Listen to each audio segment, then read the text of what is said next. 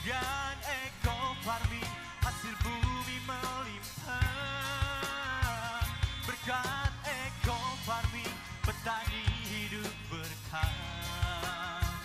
Karena eco farming bumi pun subur, petani makmur, jaya Indonesia.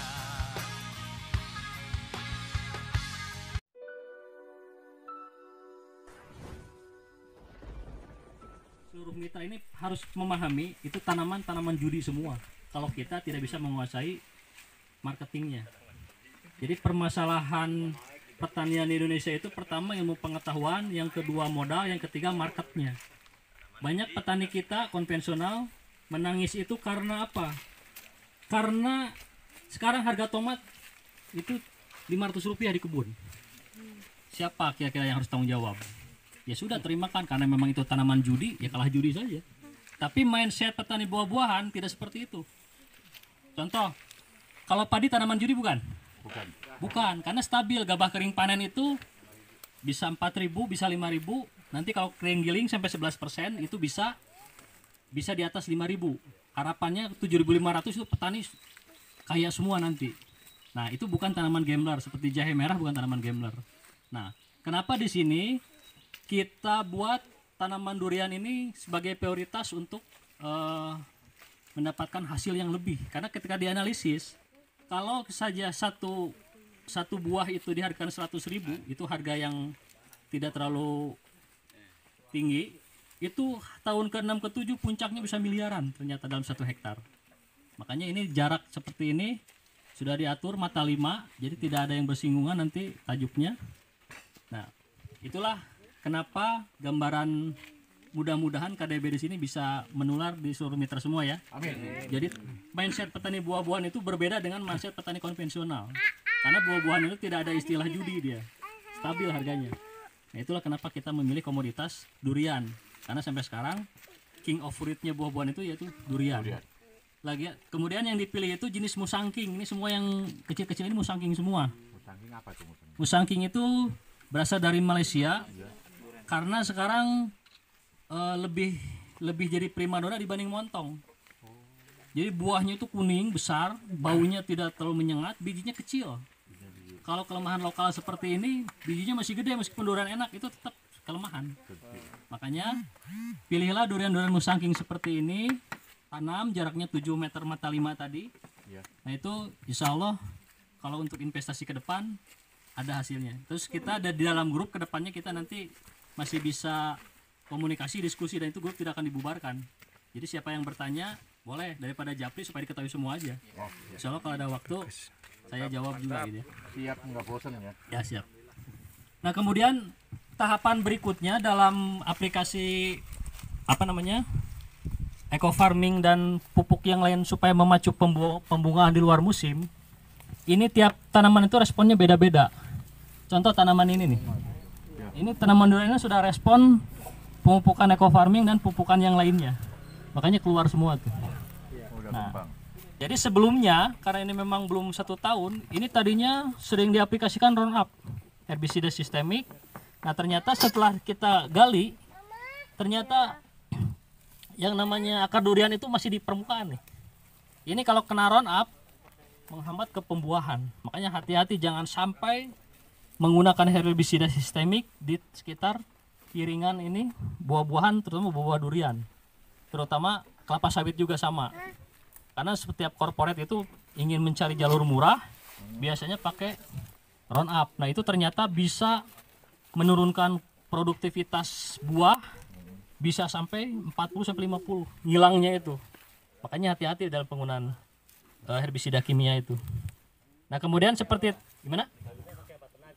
Nah itu tadi, kalau misalkan luasannya hektaran, tetap yang kita prioritaskan itu land clearing di piringan ini.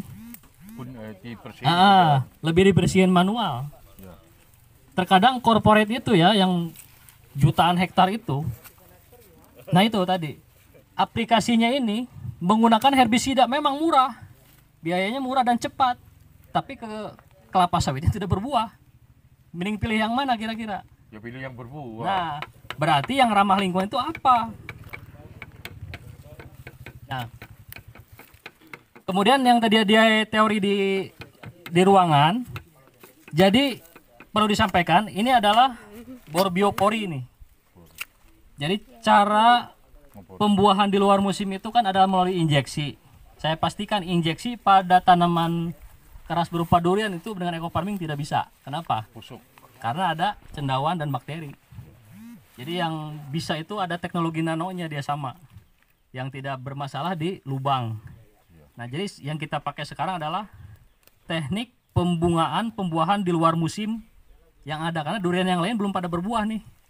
Nah kemudian langkah pertama setelah land clearing, kita gunakan bor biopor ini standar nasional yang sering dipakai di dinas pertamanan seperti ini. Jadi ini lebar 10 cm, kemudian tinggi ini tiang ini 1 meter, handle-nya 40 sampai 50 cm. Nah, caranya ini badan tegak, nggak usah miring-miring seperti ini. Tegak. Radius sekitar 1 meter. Nah, jadi ini posisinya tegak, jangan miring seperti ini. Tegak. Sebetulnya ini ada yang kena akar nih, tapi tidak masalah karena memang biopor ini tujuannya untuk memacu.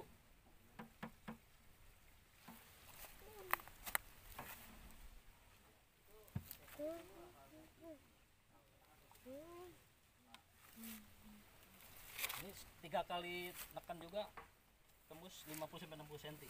Nah setelah ini diangkat. Tuh, ini udah ada 30 cm-an. Iya. Terus Ini tanahnya.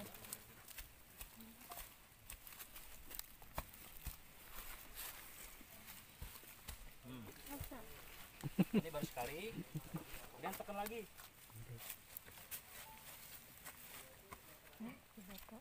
Coba ada yang mau? Orang tua harus itu. Enggak Pak, jangan miring-miring. Sekali dorong kalau ini. dipoto dong. Live Pak. Wes. Ini kuat. Di syuting. Masih itu. Udah ada 40-an sekali lagi. Lagi Pak. Nih.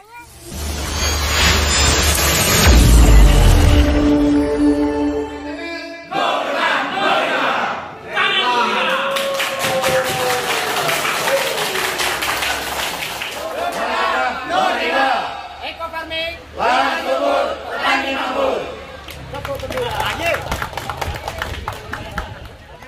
Eco farming, alam kembali indah. Dengan eco farming, hasil bumi melimpah. Berkat eco farming, petani hidup berkah. Karena eco farming, bumi pun subur, petani makmur, jaya Indonesia.